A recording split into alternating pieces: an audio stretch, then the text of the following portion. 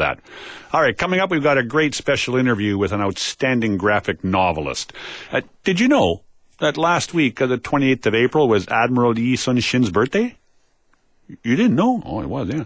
That's why Onrie Kompan was celebrating Yi Sun-shin's birthday by releasing selections from his upcoming graphic novel, Yi Sun-shin, Fallen Avenger. Kompan, an American cartoonist, received a good deal of attention here in Korea for portraying Admiral Yi Sun-shin's life in his cartoons.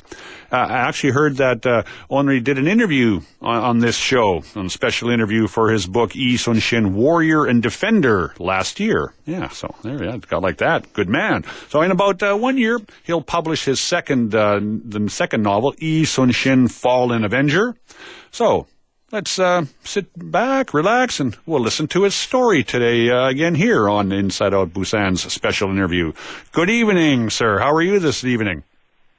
I'm doing fantastic. Thank you so much for having me. Oh, it's an absolute delight having you, sir. I really love the concept of your graphic novels here. But many people know about you, I think, but tell us a bit more about yourself. What drew you, no pun intended, what drew you to comics?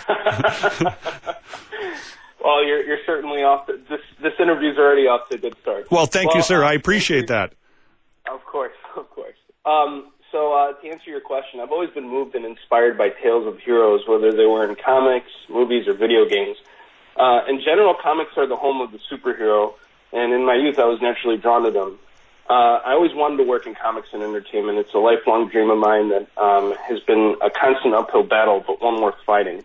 I have absolutely no regrets with the path I've chosen. Very cool, very cool. So if you've always been fascinated by tales of heroes, I'm compelled to ask, who would you rate as perhaps one of your favorite heroes? Oh, man, that's very hard. In terms of comics, sure. You know, I grew up loving Spider-Man. I was a huge Spider-Man fan.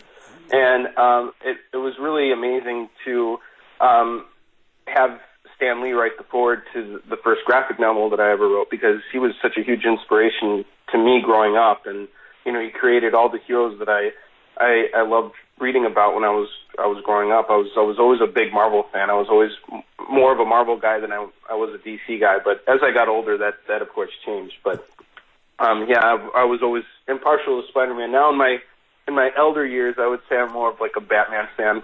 So my tastes have matured. I get him. Yeah, I know what you mean there. I'm not going to ask you what you think or have you seen or whether you approve of that Batman Superman movie.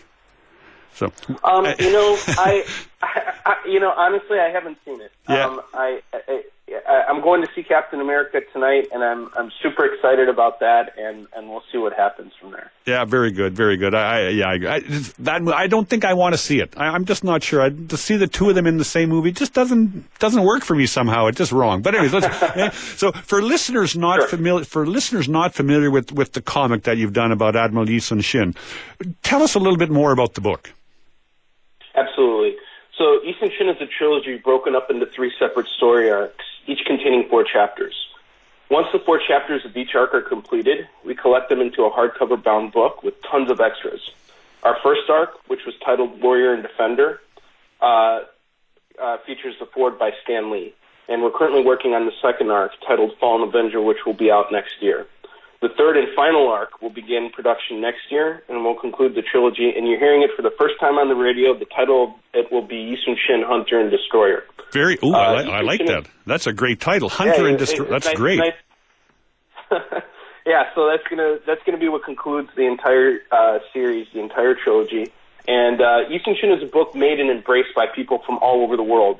And to date, we've sold over 50,000 books. We sold out at comic conventions all over the United States and Canada, and we did it without a publisher and with very limited distribution. Overall, I'm very proud of the work that my team and I put into the series. There's no comic that stands equal to Yi Sun-shin, and our growing readership is proof of that. And my hope is that one day the whole world will know and embrace Admiral Yi as a hero that they can relate to. And that's my mission. I'm going to make it happen. Very cool. It just compels me to ask. I'm sure you've heard it a million times, but I'm going to ask him because I want to know the answer, and I'm sure the listeners will too.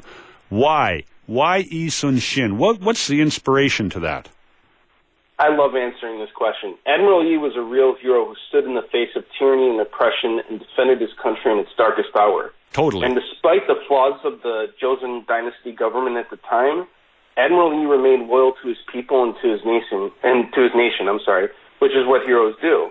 And in my opinion, it's people like Yi Sun-shin that in many ways inspired the superheroes we know and love today. He's a symbol of what true heroism is, and that's why I'm so committed to telling his story. And you won't find a single comic in today's market that compares to the work my team and I have done on the series. Very interesting. Have you ever been to his little island compound, if you will, off of Tongyong here in South Korea? Oh, yeah. In fact, there was a documentary that was filmed 2 years ago by Arirang TV. They flew me out, and I spent a couple days in Tongyong. But prior to that, I'd been to Tongyong two times prior to that for research. So I know the area quite well. I've been all over South Korea, and I went to Akpo. I've been to Asan, which is Yi Sun-shin's home village. I've been to Yosu, which is where his base was set up in the beginning of the war. And eventually, after he won the Battle of Hansando, he moved everything over to Tongyong. Wow, that's that's really impressive. I wonder if there's anybody who knows more about Yi Sun-shin than you. Eh? I'm sure. Honestly, there is. The historians that I work with, the Korean military, I mean, there's so much more information that they know simply because of the fact that they're fluent in Korean and that they've dedicated their whole lives simply towards the research of the history of Yi Sun-shin. So honestly, where my knowledge of Yi Sun-shin stops, theirs begins. And they're the experts. They were just extremely helpful to me.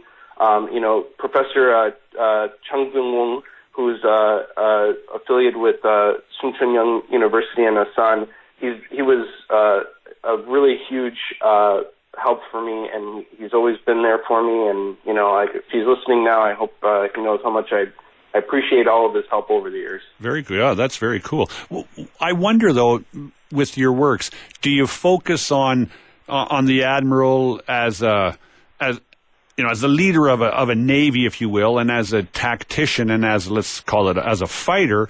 How much do you delve into, let's say, the story of the man? I mean, like at home, what's he like? I mean, did he hang with the wife? I mean, you know what I mean? So I'm wondering how much of his personal life you brought into the story as well. Very much. This is where we took some liberties because, first off, we're making this book for the world market, and a lot of people don't know who Yi Sun-shin was. So, correct. Of course, you want to get the aspects of his leadership down and, what made him such a great hero. And to be honest with you, heroes are defined by how they overcome adversity. And we created so much adversity for Yi Sun-shin on top of the adversity that he had in actual real-life history. His rivalry with his fellow commanders, just in general, fighting the samurai who were the most brutal warriors in all of Asia, if not the world at the time.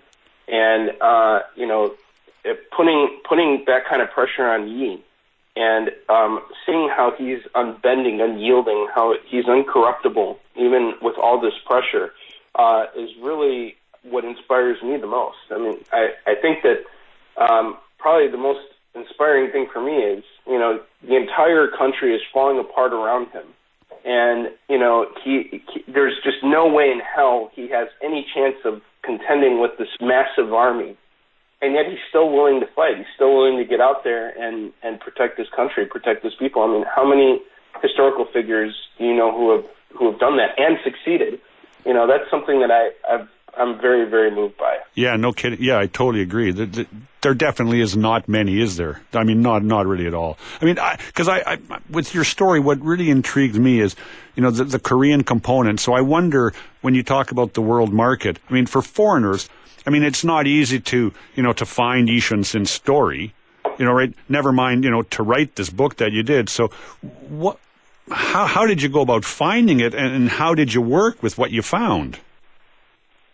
Well, I discovered Yi Sun-shin through the KBS drama, The Immortal Yi Sun-shin, which was just really amazing. I really loved that show. And that was sort of my introduction.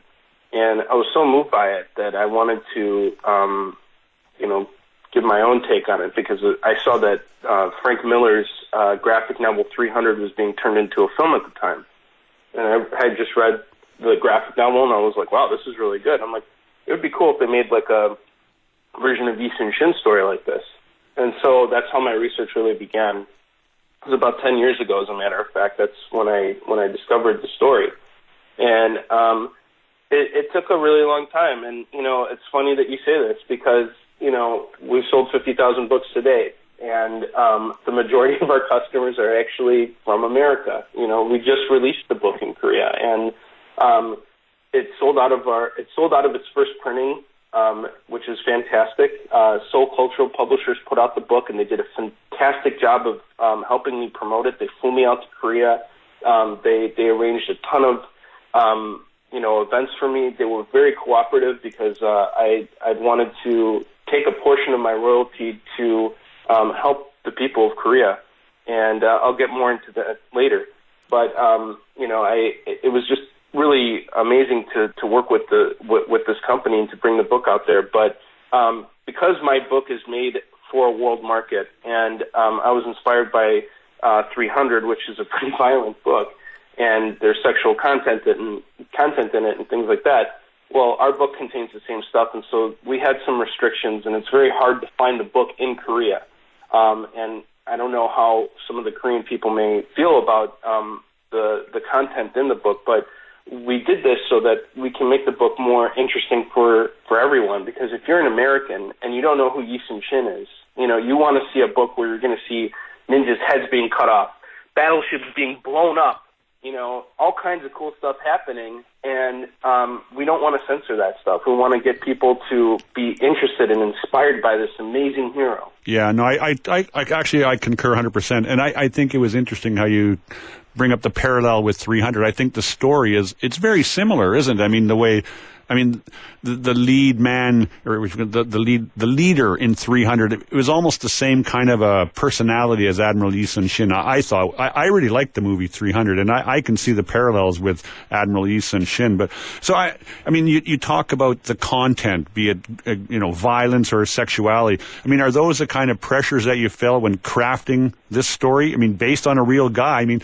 the real man in his life, there was violence and there was sexual content. So, I mean, do you feel that you had pressures, especially for Admiral Yi Sun-shin, because he's so highly respected in Korea? I know you've kind of touched on it, but I'm wondering how you took that on as you were writing it.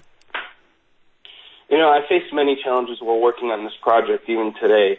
And the greatest challenge, believe it or not, is money. I always need to be thinking about how I can get more money to keep the book in production. And beyond that, in the 6 years that I've been working on Yi Sun-shin, I haven't brought home a steady paycheck.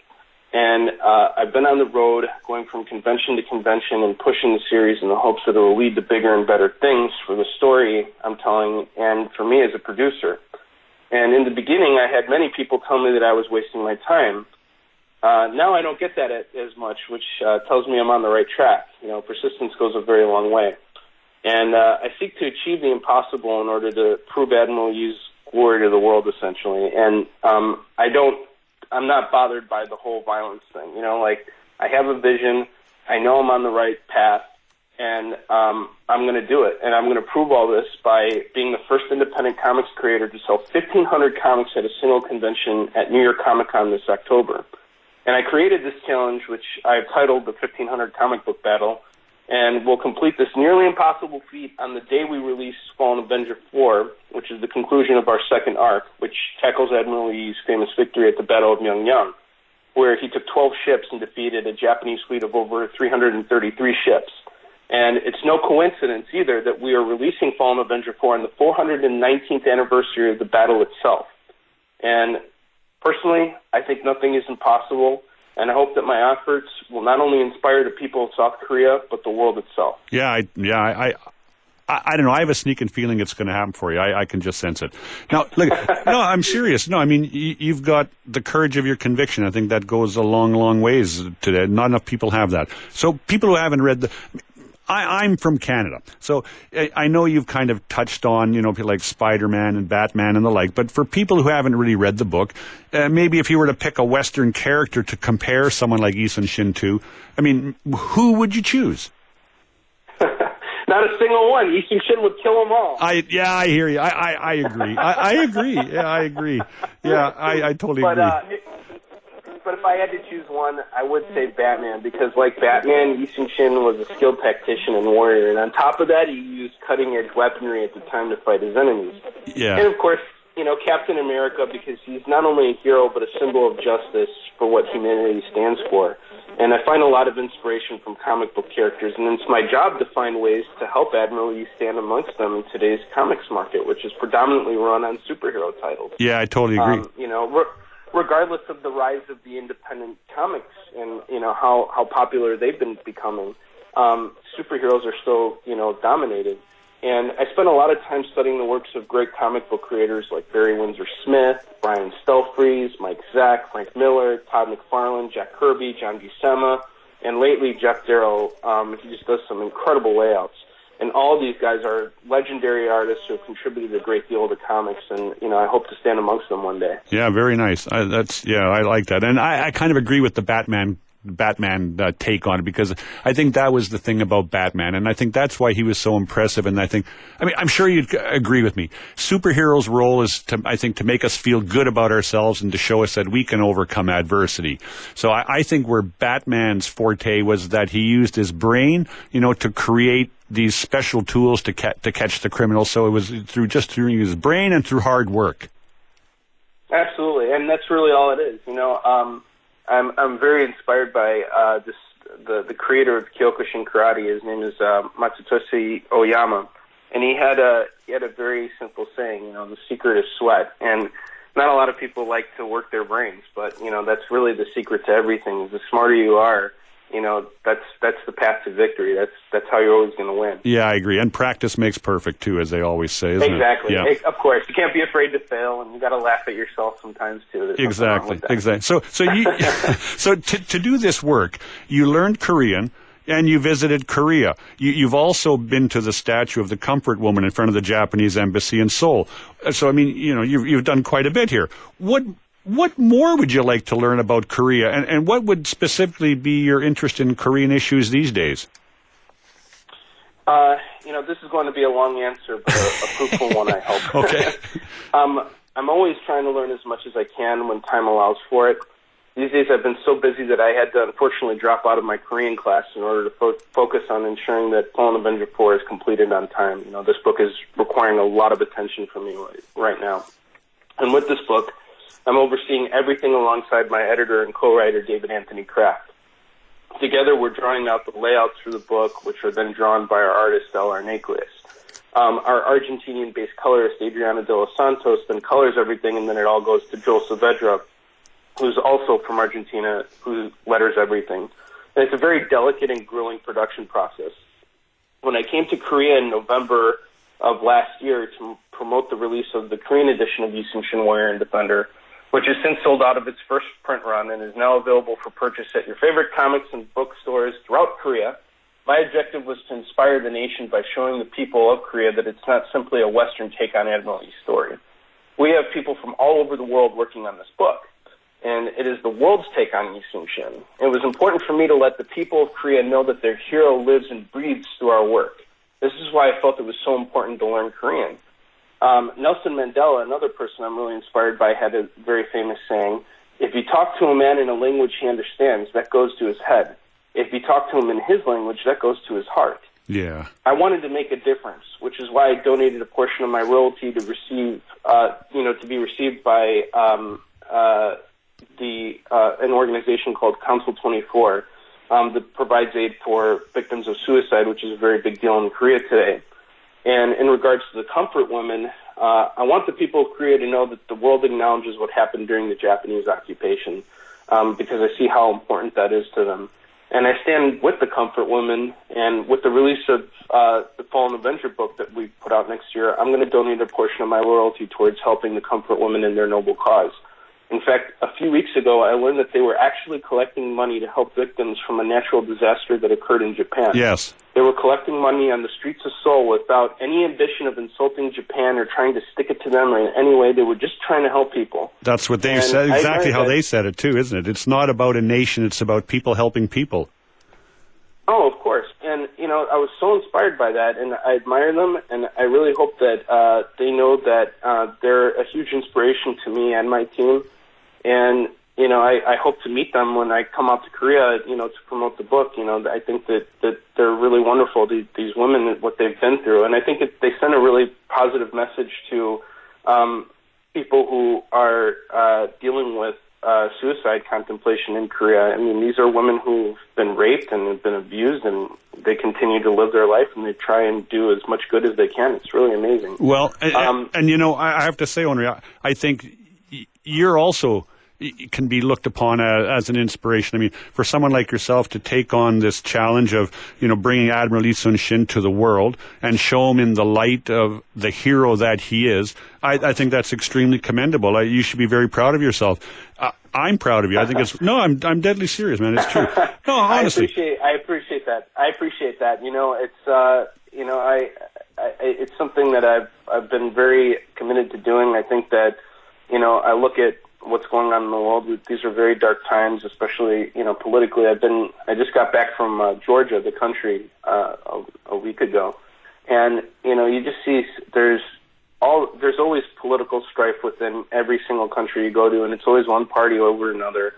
People always feel like there's not enough that they can do. There's not enough opportunity. There's not enough anything, and I just really want to use Yi Sun-shin as a source of inspiration to not only say you can do it, but it has been done. There's an actual person that has existed in this world that has achieved the impossible, and you can too. So, that's always been a very big thing for me. Well, it's going. I'm sure. Well, I have to cut you off. I'm sure it's very true. Yeah. It's going to work, no doubt about it. Actually, I have to tell you, I'm honored that you've announced that Hunter and Destroyer, the third part, will come out next year, and I'm honored that you mentioned it on my show. So, hey, of course. Hey, I got a world scoop out of you tonight. So that's really cool. Absolutely. Hey, I think it's very cool. I don't know how my editor's going to feel about that. Too bad. It's too late now. It's been you can't unspill the milk, buddy. It's done deal. It's too bad. It's over.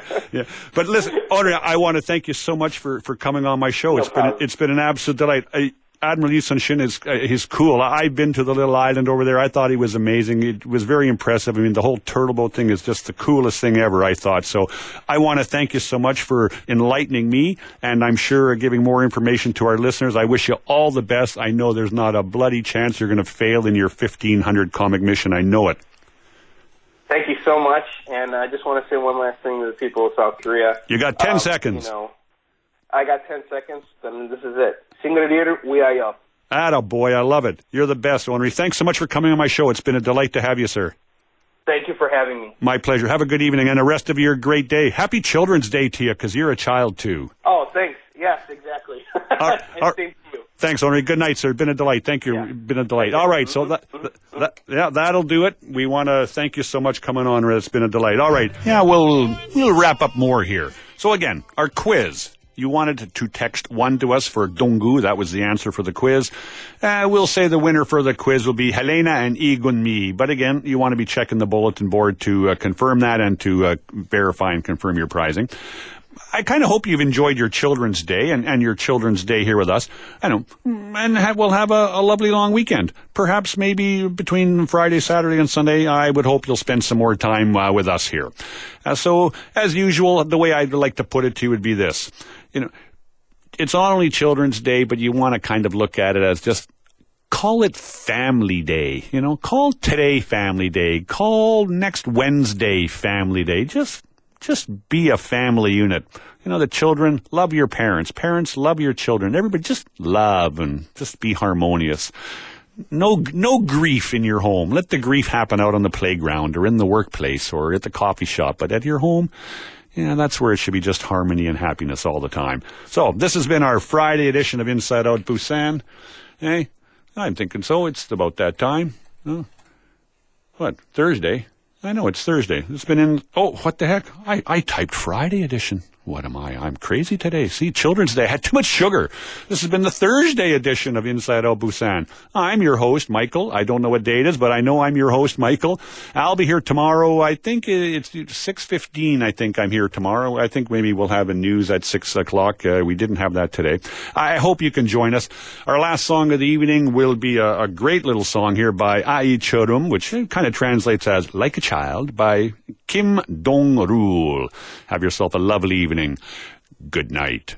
사랑한다 말하고